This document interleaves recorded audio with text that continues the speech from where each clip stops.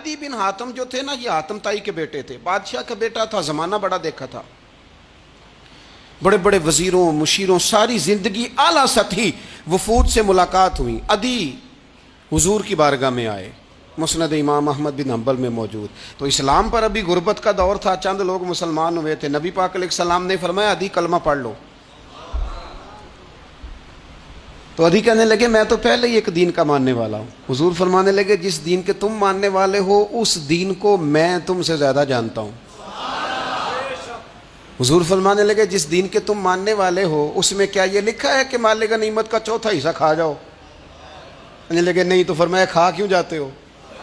عدی کہتے ہیں چونکہ یہ ہمارے اندر کی بات تھی بادشاہوں کی، تو میں نے فوراً سر تسلیم خم کر دیا، میں نے فوراً سر جھکا دیا، میں نے کہا آپ بات ٹھیک کر رہے ہیں۔ حضور فرمانے لگے اب اگلی بات بھی کروں یا رسول اللہ فرمائیے؟ فرمایا پتہ ہے تم دین کیوں نہیں قبول کر رہے؟ یہ بھی مجھے پتہ ہے۔ یا رسول اللہ کیوں؟ فرمایا تم دیکھتے ہو کہ دین کے ماننے والے غریب غریب لوگ ہیں، تم دیکھتے ہو کہ ابھی یہ کمزور ہیں، تم دیکھتے ہو کہ مکے والوں نے مدینہ طیبہ سے پریشان کر کے مسلمانوں کو نکال دیا ہے، یہ غریبی دیکھ کر بظاہر اسلام کی کمزوری دیکھ کر تم کلمہ نہیں پڑھ رہے؟ حضور فرمانے لگے عدی مقام حرا کا نام سنا ہے؟ بڑی دور تھا علاقہ، وہ مقام حرا کا نام سنا ہے؟ عدی کہنے لگے حضور سنا ہے پر وہ جگہ دیکھی نہیں۔ محبوب فرمانے لگے سن، میں وہ وقت لے کے آؤں گا، میرا دین اس طرح نافذ ہوگا کہ ایک عورت مقام حرا سے اونٹنی پہ اکیلی بیٹھے گی اور اکیلی آئے گی اور آ کے بیت اللہ کا طواف کرے گی، سوائے اسے اللہ کے کسی کا خوف نہیں ہوگا، رب کے علاوہ کسی سے نہیں ڈرے گی۔ یہ دور آئے گا، تو دیکھ رہا ہے کہ صرف مکے پہ حکومت نہیں دنیا پہ مسلمان چھا جائیں گے۔ اور حضور فرمانے لگے کسرا کا نام سنا ہے؟ کہا حضور وہ تو بظاہر اس وقت بڑا تگڑا بادشاہ ہے۔ فرمایا اس کے علاقے بھی فتح ہوں گے، وہ خزانے مسلمانوں کے پاس آئیں گے۔ اور فرمایا تو تیسری بات نبی پاک نے بیان کی، فرمایا تو یہ دیکھ رہا ہے کہ مسلمانوں میں غربت ہے؟ فرمایا عدی ایک وقت آئے گا لوگ دینے کے لیے نکلیں گے پر انہیں لینے والا کوئی نہیں ملے گا۔ ایک وقت آئے گا لوگ دینے نکلیں گے لینے کوئی نہیں آئے گا۔